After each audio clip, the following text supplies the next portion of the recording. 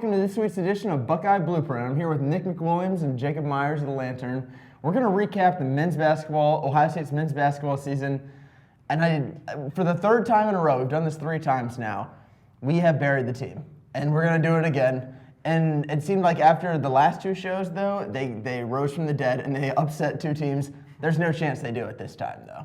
Yeah, to be honest, after, Wednesday night's Rutgers game, I don't know if OSU's even going to get an NIT bid at 17-15. The season, I think a lot of people just saw there's no way a Thad Matta coach team could go 2 straight years of not making the NCAA tournament.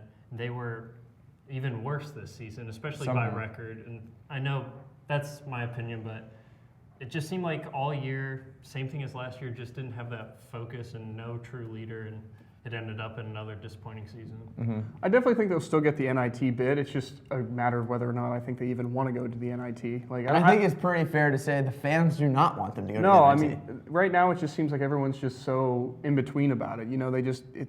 What's the point, I guess, at this stage? And, the thing that's really disappointing to me is that I was hoping at some point for a little bit of improvement. Just kind of relating this to the football season, we'd point out something that we thought was wrong with the Ohio State team, and it just looked like nothing ever changed. And then all of a sudden, Clemson, that all hits a peak, and you see everything go wrong. Well, that happened against Rutgers. You just saw all the same little things that came out throughout the season, or had happened throughout the season. They just came out in that game. And, it's been a severe lack of chemistry the entire time. And I just don't understand where they kind of fall off, I guess, but they definitely have. Yeah, during the Rutgers game, when I was watching, I was thinking that the Ohio State team seemed to be pretty clearly more talented than Rutgers. They just had no chance. It seemed like it was the weirdest thing in the world. And I know prior to the season, you thought that they would go 23-8. Yeah, I did say that. Like I said, I think a lot of people, including myself, obviously, thought OSU would be back in the picture. All offseason, you heard Jaquan Lyle was losing a lot of weight, getting in better physical shape. They got rid of 3 guys transferred, rather, kind of getting rid of that, understanding what Ohio State is. And Matta brought in some coaches that he was with on those great Ohio State teams. So all signs were pointing to a return to the NCAA tournament, maybe toward the top of the Big Ten, and obviously that wasn't in the cards. So in your opinion, what went wrong? Has this just been building and then it just came to the moment this year where it's just like they don't have that much talent, they haven't developed well, and this is the product that's on the court and they can't do any in-game coaching to improve? I think there was a lot of uninspired play out there, especially starting with senior Mark Loving, who really hasn't gotten much better since he came to Ohio State. Frankly, I would say he's gotten worse. He was shooting 52%, mind you, his sophomore year. He wasn't the go-to scorer, but he was shooting 52% from 3.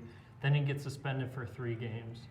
And after that, he was shooting, on average, 37% from the field. Just not what you're looking for from your senior. And really, he hasn't gotten any stronger since he came to Ohio State. So it starts there. Uninspired play by your senior leader.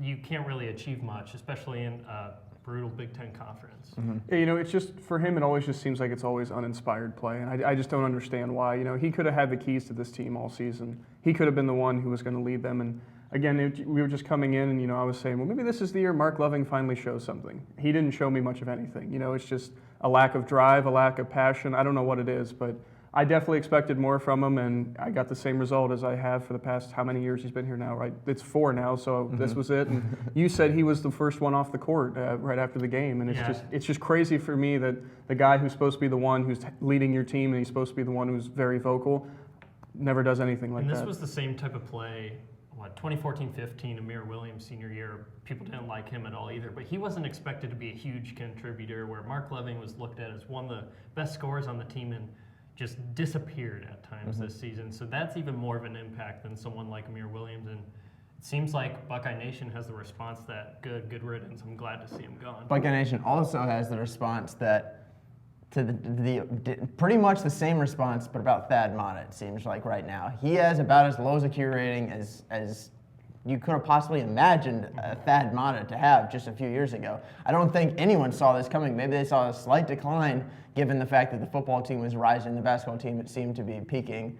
But wow, Do you think Thad Matta makes it through next year? And what does he have to do next year to keep his job? Because it seems like everyone seems to agree next year is the year. I think that a lot of people think that he was lucky this year to have next year. I think that the only reason that he is back is because of the pedigree he has. Well, everyone was excited because Gene Smith came forward and said, we're going to stand behind Thad. We're going to be excited, or well, not excited, but I guess they were kind of like, everyone had an emotion. An emotion. There you go. And I think you had to see through the lines with that. I think it was kind of him saying this is make or break for him next year. They very much respect him, and rightfully so. He's the winningest coach in Ohio State history. He's gotten them to many NCAA appearances, the tournament appearances, obviously. And where's that line, though? Where's the make and where's the break? I think next year you have to have you have to make the NCAA tournament. You have to make the NCAA tournament. Yeah. And I think you have to have a season that kind of blows everyone's expectations out of the water because, at this point, Ohio State fans are growing restless. Like that's something that's very true at this point. And I think unless you get to the tournament, make a run at the Big Ten too, I just don't see how he can make it through this season. Or next season. I think it would be an instance where he retires, but we all see what the truth is behind that. Yeah, I mean, they're growing restless, and frankly, no NCAA tournament next year. They'll probably just walk away and all from the program. Yeah, I was going to say growing restless.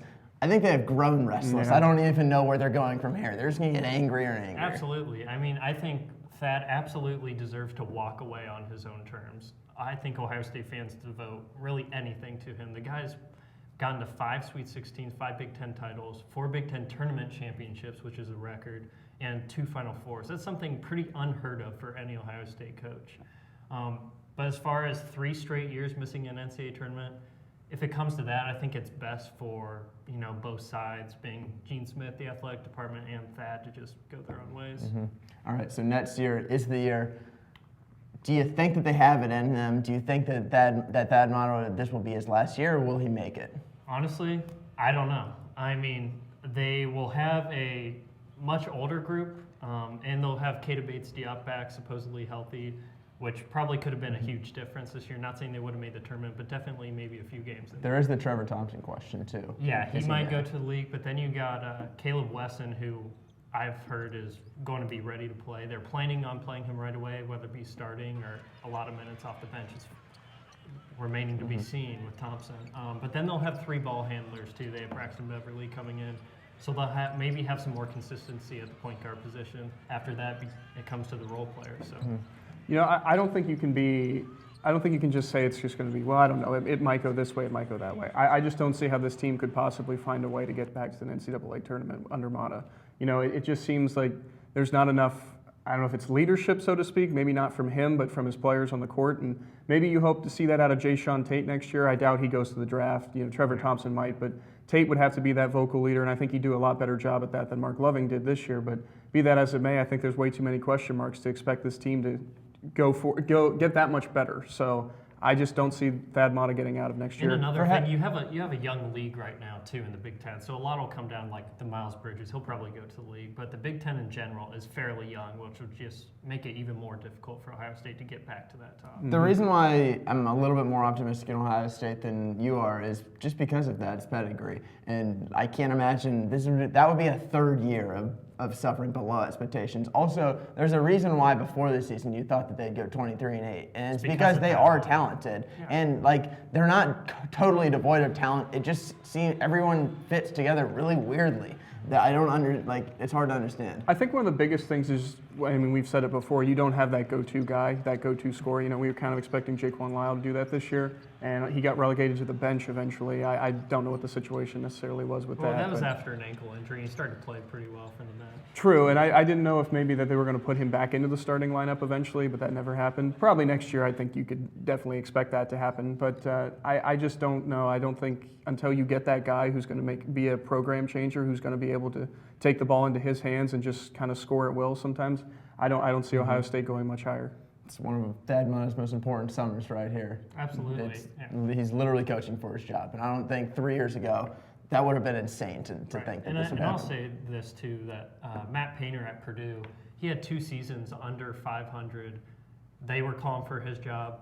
kept him around, and they won the Big Ten this year, and are in a good spot to make it deep in the NCAA tournament. So I think there's some rewards for keeping a coach of that pedigree around. Very true, but I also think you have a guy behind him in Gent who could probably take this program over too and coach pretty well. I don't think he'd ever try to take it out from under Mata, but Ohio State would kind of be in an okay place, I guess, if Mata were to step down eventually, and I mean step down, not get ousted, but.